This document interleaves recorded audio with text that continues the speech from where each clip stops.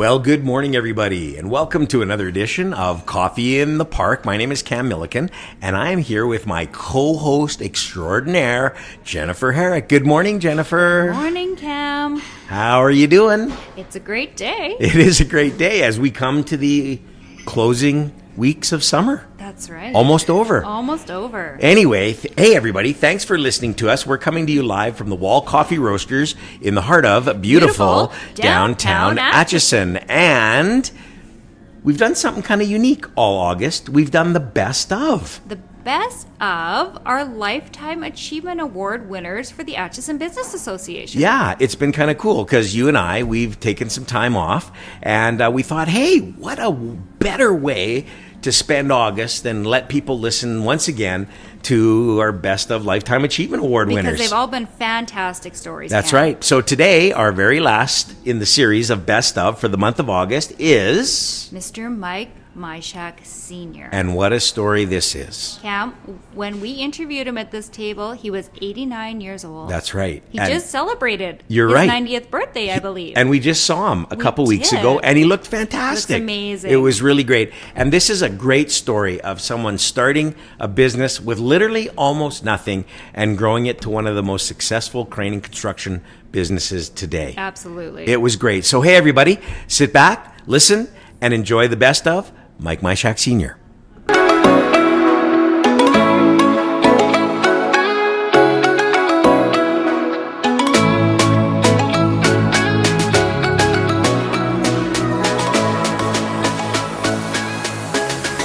Well, good morning, everybody, and welcome to another edition of the ABA Coffee in the Park. My name is Cam Milliken, and I am here with my co-host extraordinaire, Jennifer Herrick, the Executive Director of the Acheson Business Association. Hi, Jennifer. Hi, Cam. How are you this morning? Oh, if I was any better, it's a Friday. We're here with some great guests. Looking forward to the weekend. It's a little bit fallish out there, but it's okay. It's okay. Yeah, I think winter's coming, but not for a while yet. Anything new and exciting you want to tell us about before we get started today? You know what, Cam? I am just so excited about our guest today. I think we should just get right into it. Okay, but before we do that, we better talk about our sponsors. Absolutely. So can we do that before? And then we'll jump into it. To thank our gold corporate sponsors, which includes Genex, Parkland County, and the Myshak Group. That's right. They are gold corporate sponsors, and we thank them profusely for all of the support of the Acheson Business Association. And without them, we would not be able to do what we do. And this is an exciting episode. So, Jennifer, you get the privilege this morning of introducing our guests. Well, Cam, before actually we do that, we should tell people where we're coming. Ah, that's right. From. We always do our podcast at the Wall Coffee Roasters in beautiful downtown Acheson. That's right, we're here. And so if you hear some noise in the background, some coffee whirring, some people talking, it's because we're live right here in the coffee shop. So yeah, that's it. It's great. It is. It's beautiful. Beautiful downtown Acheson. You'll hear more about that in the future. Anyway, introduce our guests this morning. Well, Cam, I don't know about you, but this for me is such an honor to have these three gentlemen join us this morning for this podcast. So it is my absolute pleasure to introduce Mr. Myshak Sr., his son, Jim Myshak, and grandson, Mike Jr. So, welcome. Good morning, everybody. Morning. Thank you for taking the time to do this. We really do appreciate it. So, like Coffee in the Park is all about, we just want to have some conversation this morning. And here I think what I think is a really great story, because I know a little bit of the story, but hopefully this morning we'll hear a little bit more of the story. So we're going to start off really easy, and we're going to turn it over to you, Mr. Myshak.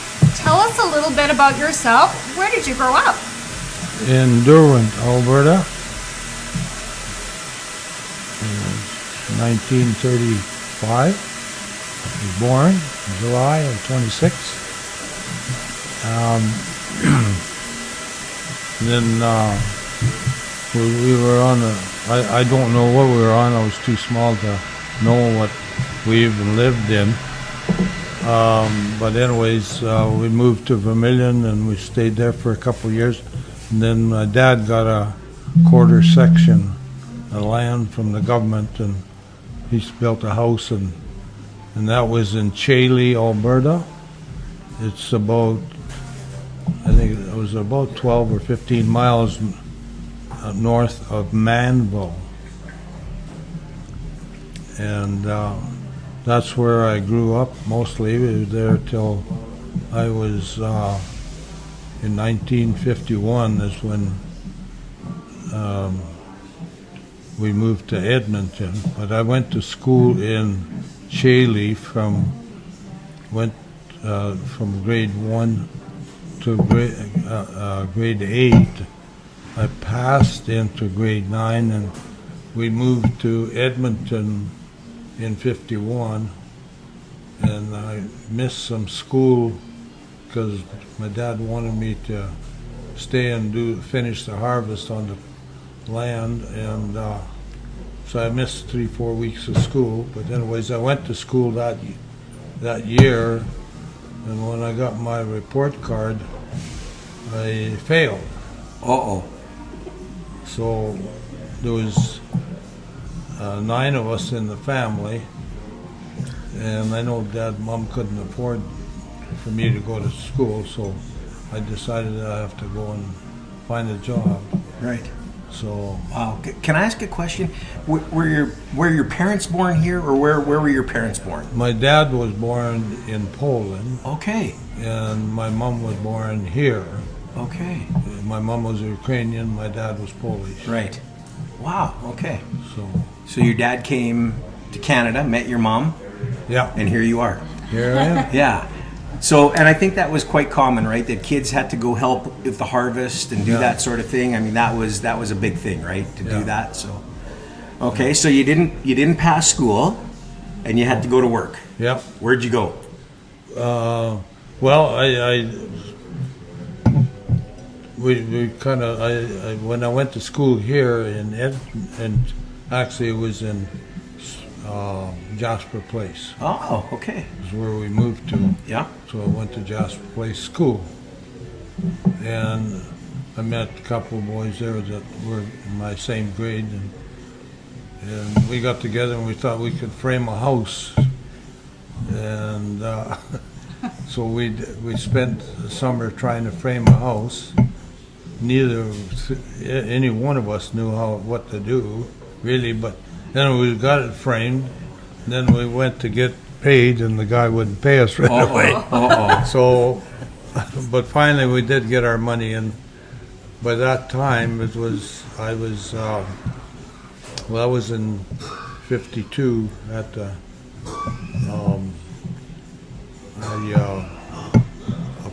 I went and worked for the CN in the roundhouse. Okay. Yeah. And I cleaned the engine out with a coal burner. I had to clean the burner out at night, and I'd come home, it was dark. I didn't know whether I was Night or day. Yeah. night or day. Yeah. It was terrible because we didn't have a washroom in the house that we were in. So in Jasper Place there was no water and sewer at the time, so we had to get the water hauled in. So Wow. but anyways, we made it. So Yeah. 9 of us lived in that 960 square foot home. 9 people in a 960 Yeah. square foot home. Yeah. Really? Yeah. Wow. But anyways, we got by, and so when I worked for the CN in the roundhouse, I wanted to go braking. So, but I couldn't go to work right away until I was 18 on the road. So I went and took my test before I was 18 years old.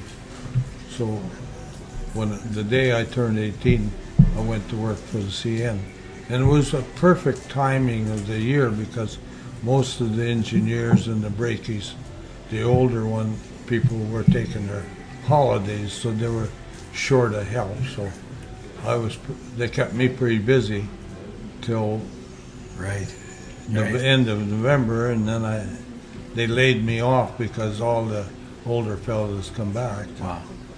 Yeah, we used to, like I say, go to Wobman and back and get $17 and thought we were in heaven. $17 for the day. For the day. Not an Not an hour. hour, people, for the day. That's great. $17 a day. I love it. Wow. Was that a lot of money? Was that Well, it was big Decent money amount, for us. yeah. For me, it was anyways. for sure? Yeah. You know, and I remember paying mom and dad $40 a month for board and room, Yeah.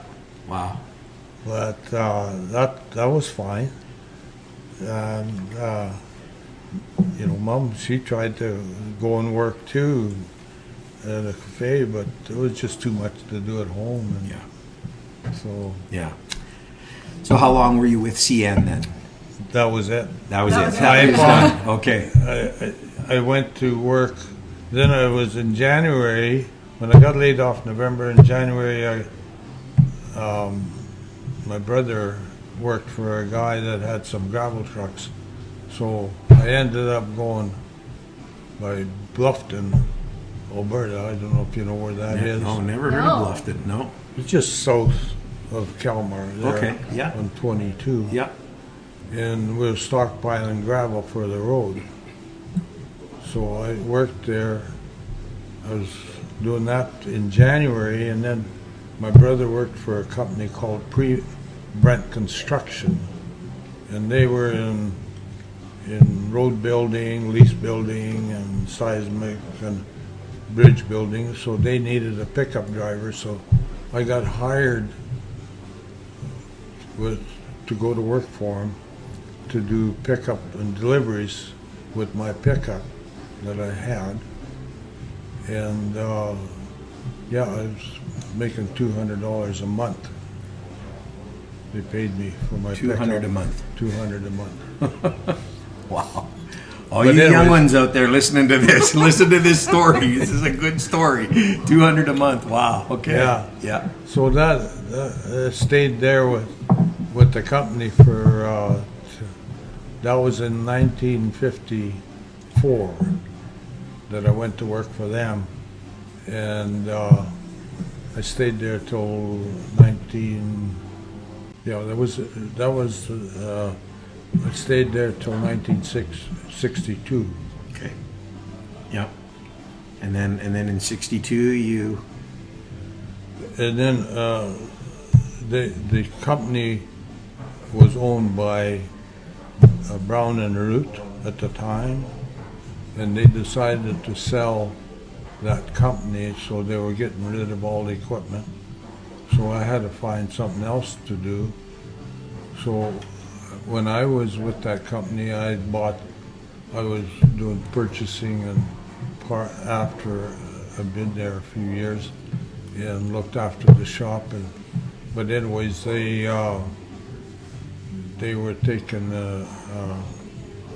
they were selling off all the equipment. So I at that time bought a truck and trailer, and Brown and Root took it over because they had a branch. They were building a sell and lease plant, so they kept the truck and trailer. But when I left Brent Construction, I went to Brown and Root and asked them if they still had that truck. I heard it was for sale or they didn't need it anymore. So the fellow there said, "Sure, we'll sell it." And I said, "I don't have any money." And he said, "Well, why don't you just take and rent it?" I think a truck and trailer said, "Why don't you just take and rent it till you make some payments and then finance it?" And I Yeah. said, "Hey." So then I ended up getting a job with Square M Construction. They were building a railroad up at Manning that was going to Hay River. So sent the truck up there with two drivers that worked night and day to haul ties and rails up there. Wow. And it lasted for just a month and made really good money. I thought, these have got to get into trucking Yeah. now. Yeah.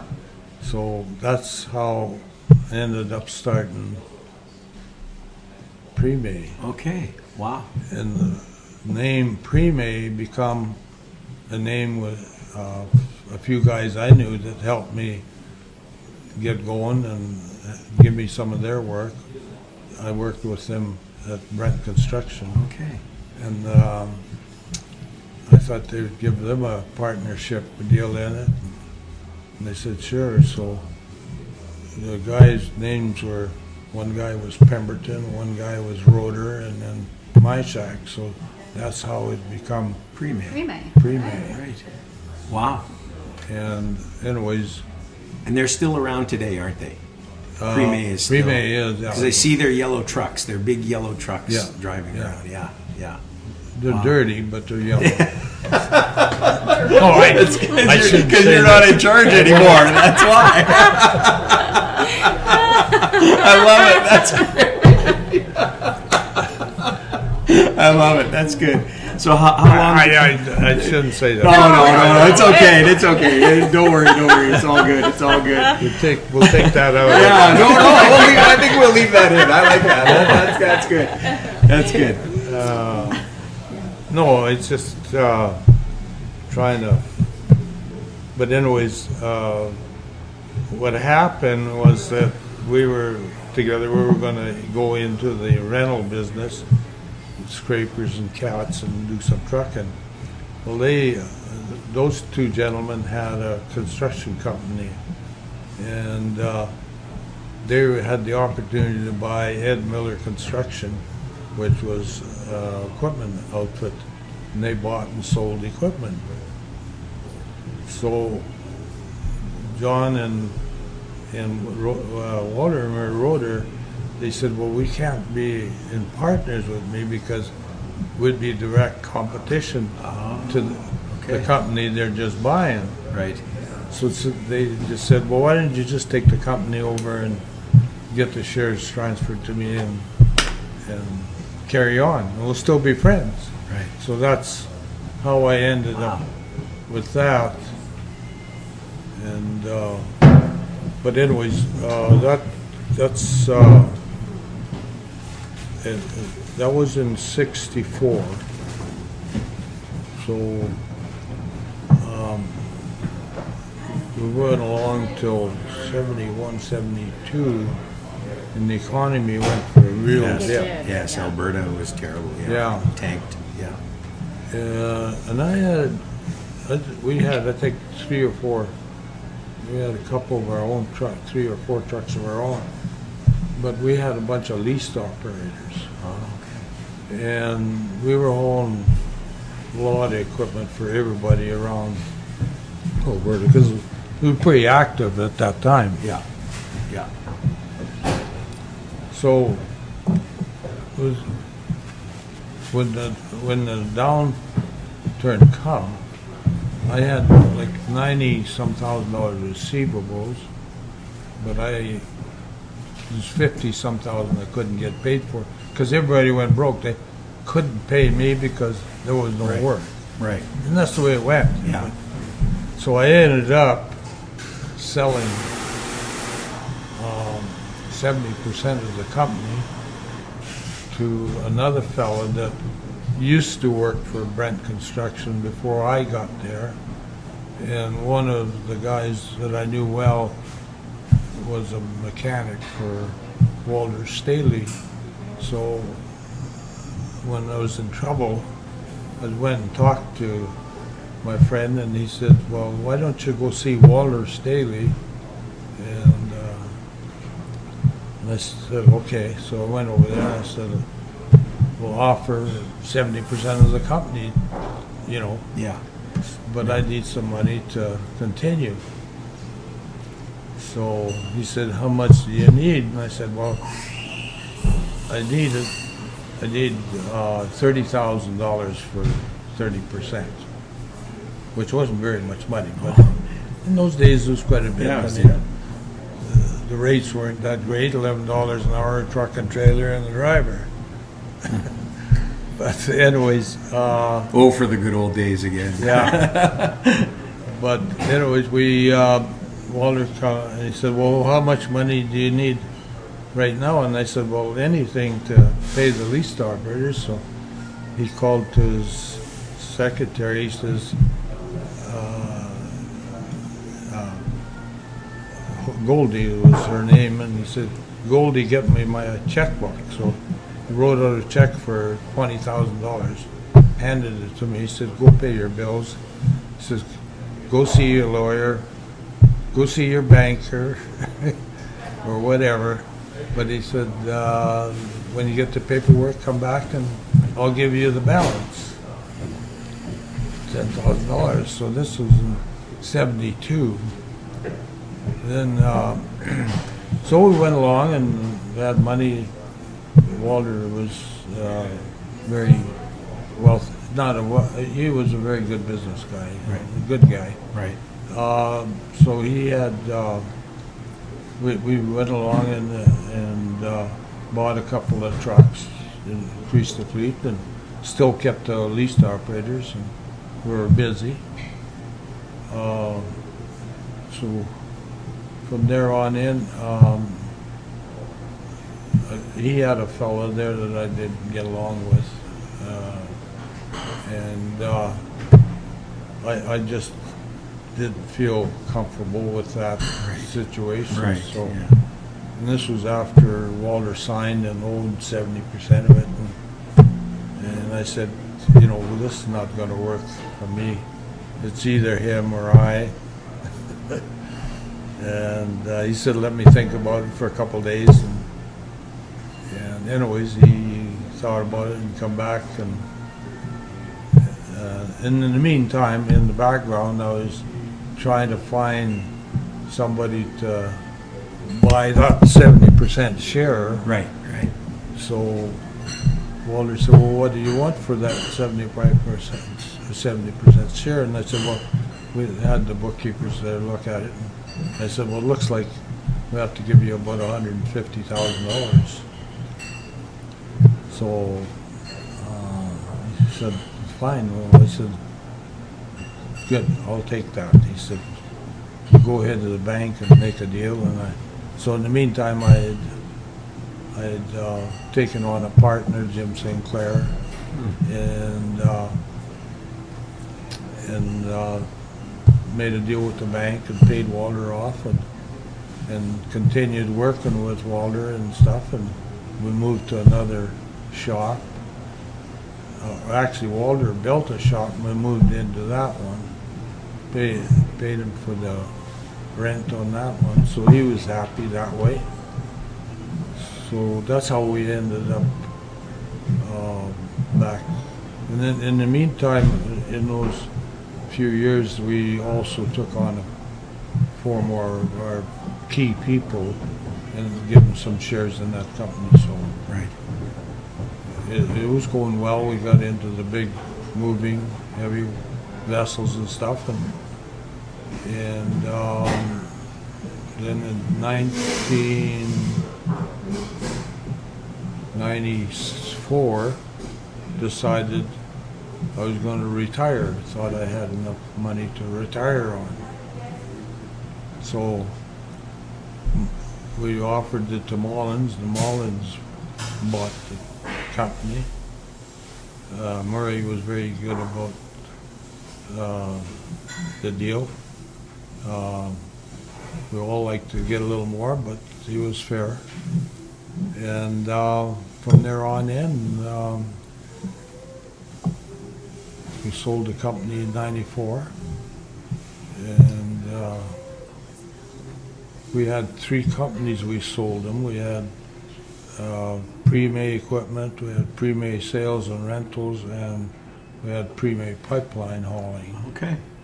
So pre-May equipment was the trucking company. Pre-May sales and rentals was a company that had equipment rentals. And pipelines, strictly Right. pipeline, haul, Yeah. string and pipe and haul Yeah. pipe. And we had separate prices for each company when we sold out. And Murray come by one day. Actually, I was on the board, on the Mullen board for 2 years. But I didn't really like that position. It wasn't where I wanted to be. Right. But anyways, I thought, well, shit, I'll just retire. But found out there wasn't enough money In retirement. to retire. So, anyways, Murray come by and he said, well, we don't want to be in the rental business. Mullins didn't want to be in the rental business. They'd rather sell the rental end of it off because they did a lot of hauling for different people and stuff. He said, well, do you want to buy it back? And we said, sure. I got a hold of Jimmy here, my son, and got with him, and he said, by all means, why don't we buy it back? And we bought it back for just about the same amount of money we paid for it. Wow. And started Myshak Sales and Rentals. And I went home that night and told my wife about it. And I said, well, I don't know what the hell we're going to call this company. And we had different names and shit. And she says, well, why don't you just say Myshak Sales and Rentals or something? She said, that would be good. So that's how we ended up calling it Myshak Sales and Rentals. Wow. It was because of my wife. And So can I interrupt you there for a minute? Tell us about your wife. Yes. I'm curious. You haven't got all day. because I know, and I think we all know around the table, well, we'll say it publicly anyway, that behind any great man, there's a great wife. And so tell us a little bit about her. Where did you meet her? How did that all happen? Oh, I don't really want to go there. No, okay. How long have you been married? Yes, how long have you How been long? married? Yeah, I think 67 years. 67 years. Incredible. Yeah. Yeah. And obviously she was behind you and Oh, supported still you. is. Yeah. Yes, that's for sure. Couldn't be without her. Yeah. I'd get in trouble. How many children do you have? We had two. Okay. Jimmy and the daughter Elaine. Right. They had 9 grandchildren. They had 9 children. We have 31 great. Well, actually, altogether we got 46 great grandchildren. 46. Yeah. And Wow. we're on the 5th generation. Yes. Wow. We've already got 5 kids on our 5th generation. And 1 more in the oven. What a legacy. What a fantastic legacy. That's incredible. So now you've started Myshak, which is a good name, easy to remember for your company. What happened? Take us there. What happened? Well, yeah, like I said, I got to give Jimmy credit because he's been the big push on keeping me straight, Right. and not selling the company. But anyways, no, it's been great, and I really gotta say that the success of us is no doubt the family, but the employees. The employees have been the most effective for us. We've been very fortunate to have the employees we have. Mm-hmm. I don't think we'd be where we're at without them, or I know we wouldn't be. Right. So, no, it's been really good in there, and we hope that we're doing the right thing by putting something in their genes too. So it seems to be working all right.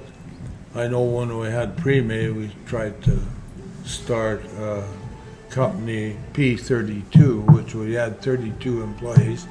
We tried to say that we'll buy shares in that and stuff, but let's face it, things were tough. And Sure. hard to ask somebody that's struggling with, to ask them for $50 a month. Yeah. It just wasn't there.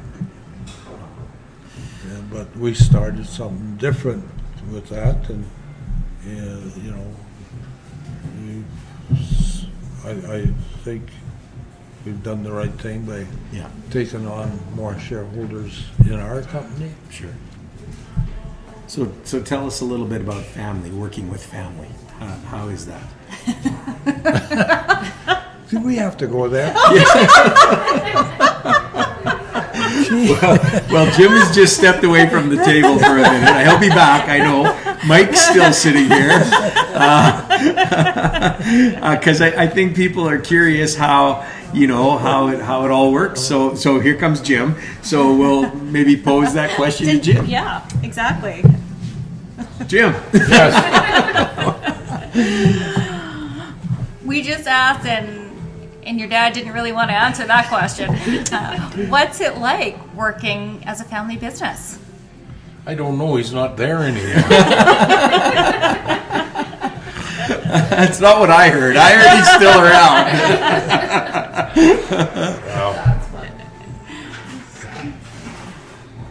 Yeah, that is a good question. It's hard to. No, I don't know anything different. So Right. yeah, that's what it's all. Yeah. Is it difficult at times? Is it? I what think kind of every- relationship do you have with your dad in order to move He forward? talks and I listen. Yeah, Pretty easy. you're a good son. You're a good son. Yeah, that's good. How involved is he still in the business? Are you going to Very him for advice? influential. Are No, you? Yeah, For sure. I mean, he comes around the office and visits everybody yeah, for where he can get to. Yeah. But a lot of people, it's open door. They come up and visit. And sure. no, I think that's the culture, and yeah, that's what makes everybody want to stay there. Yeah, You know. yeah. And then you have the third generation, your son now Mike's grandson. or grandson. Yeah. Yeah. So how's that all work? How is?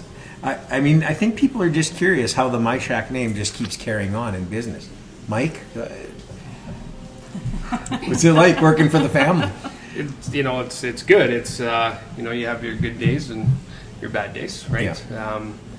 Some days it's tough love, and the next day it's a wealth of information and knowledge that is getting passed down. So Yeah. same as Jim, you sit there and you listen and you try to absorb as much as you can like a sponge, because they went through that school of hard knocks and they've learned their lessons, and trying to get me not to make the same ones they have. So, Right. Yeah. Yeah. but it's good. And the company has grown exponentially over the years. How many employees now? 400 and some. 400 400. and some employees. Wow. 400. That's And amazing. 410 was it? Or, it might be a little more right now. Yeah, depending on the projects, we're probably either 500 or just a little over today. Right. All over Canada, all over Mostly Western. Western Western? Canada. Yeah. Yeah. But we've been north to Alaska. Yeah. We're currently supplying gear there. Right. We've been as far south as Texas, Cuba. We've been as far east as PEI.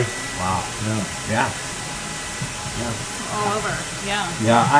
I think anybody who's driven down Highway 16A. 16A, if you're coming through Acheson, the thing that sticks out more than anything else is the Myshak cranes are sitting there, and it's impressive. It's very, very impressive. And what you guys have done is incredible. And then you drive, for me anyway, I drive around the city. I see all the construction happening, the LRTs and those kinds of things. I see your equipment sitting there, and I got to be honest with you. I'm going to be totally honest. I drive by and I see a Myshak crane and I go, I know them.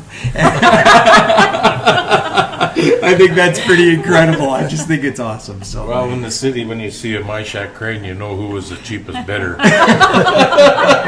we won't get into that here. So yeah, we'll save that for another show. But yeah. So maybe talk a little bit about how you think business has changed over the years. Maybe from when you first started to now. Have you seen a big shift in the way people do business? Oh, Yeah, there's a big shift in people, trying to get good people and bad, there's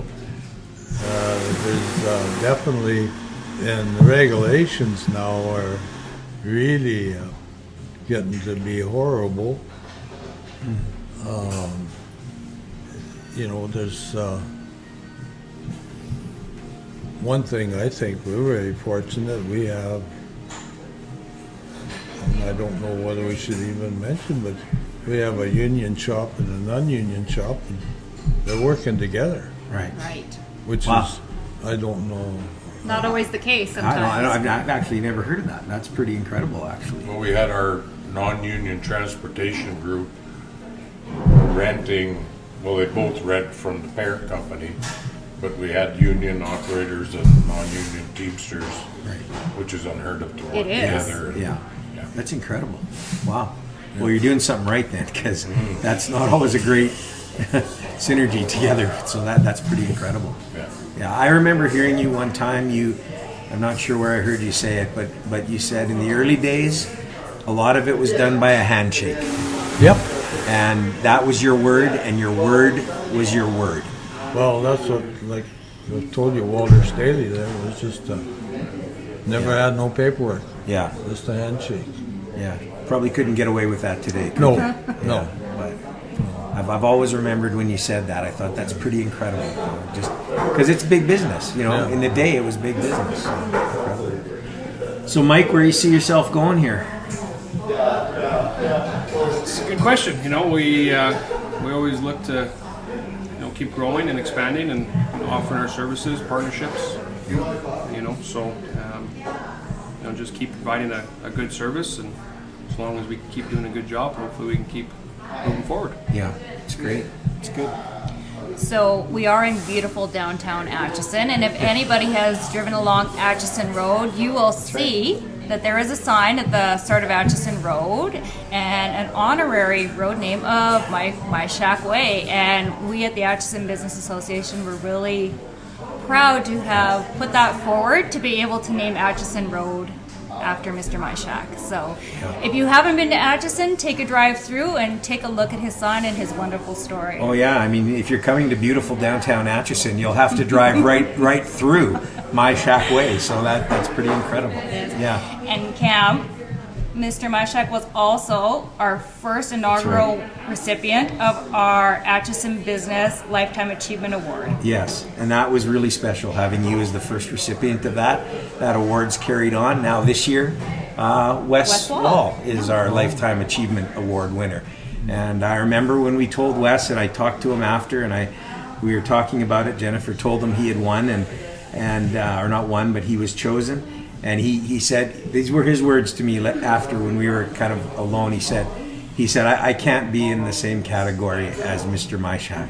He said, how do you live up to that? So you have a great reputation, and people admire you greatly. So This has been fantastic, Cam. Yeah. It's been a great session with all three. And we have a final question that we ask each of our guests, and we're going to ask all of you this question. So yeah. So Jim, Jennifer asked, we ask this to every one of our guests as we wrap up, and the question is, what's the best piece of advice you've been given, either personally or professionally, that you carry with you to this day? From Mike? From anyone. Oh, yeah, I'd say be humble. Be honest. yeah, I like that. Yeah. Be humble, be honest. And then over to you. The best piece of advice you've been given. Don't work with your son.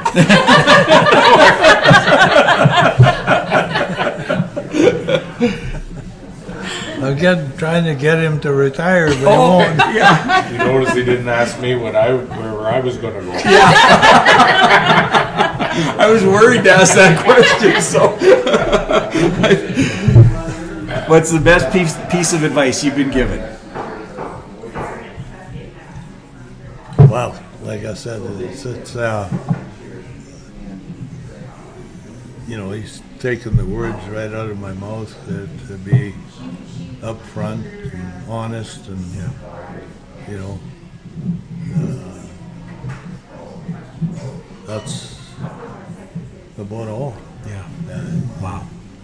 That's Don't great. stop working. Don't stop working. Don't stop working. And I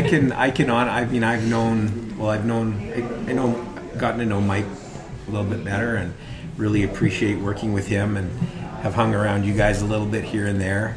And I can say that you are humble people. You are caring people.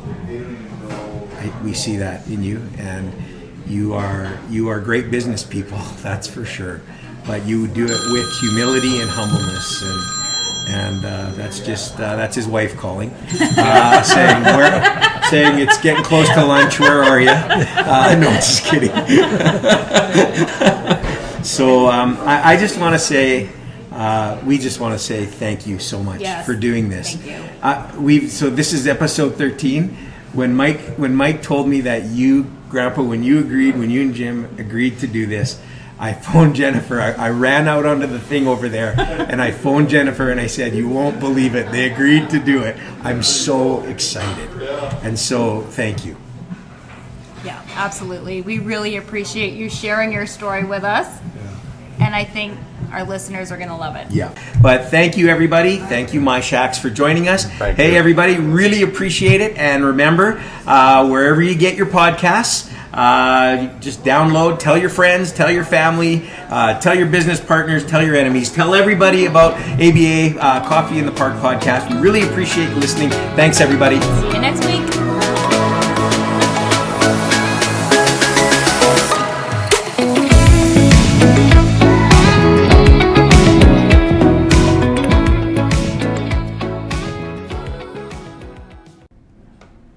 Well, we hope you enjoyed that episode. Listening I love Mike to Myshak Sr. Myshak Sr. Yeah, what a great guy. And the truth be known, that podcast actually went on for quite a while. We took out a portion to We fit did. within our time limit, but he went on and told his story, which But is incredible. We wanted to do that for his family. That's right. We wanted his family to have that recorded so that they could have that forever. Yes. And I love him. Like I say, we saw him a couple weeks ago. He was looking great. We had a conversation with him, and it was awesome to see him. And so, hey, that kind of concludes our Best of series for the month of August. Jennifer and I took a little bit of time off, took a break, and wanted you to hear the stories again of our Lifetime Achievement Award winners for the ABA. And so it was exciting. But, Jennifer... Cam, we have something so exciting. Oh, Jennifer, I'm so excited. I'm sitting here. I'm shaking. I'm so excited. It's unbelievable. Next week. Next week. The first week of September. That's right. Something new is coming. Yep. We're kicking off something brand new with a very special guest. You are going to want to listen. We're not going to quite let the cat out of the bag today. No, because Right? you have to listen. That's right. You're going to have to listen. It's going to be a bit of a new format. It's going to be a bit of a new name. It's going to be a whole bunch of really cool things. And I'm so excited. And we want to say thank you.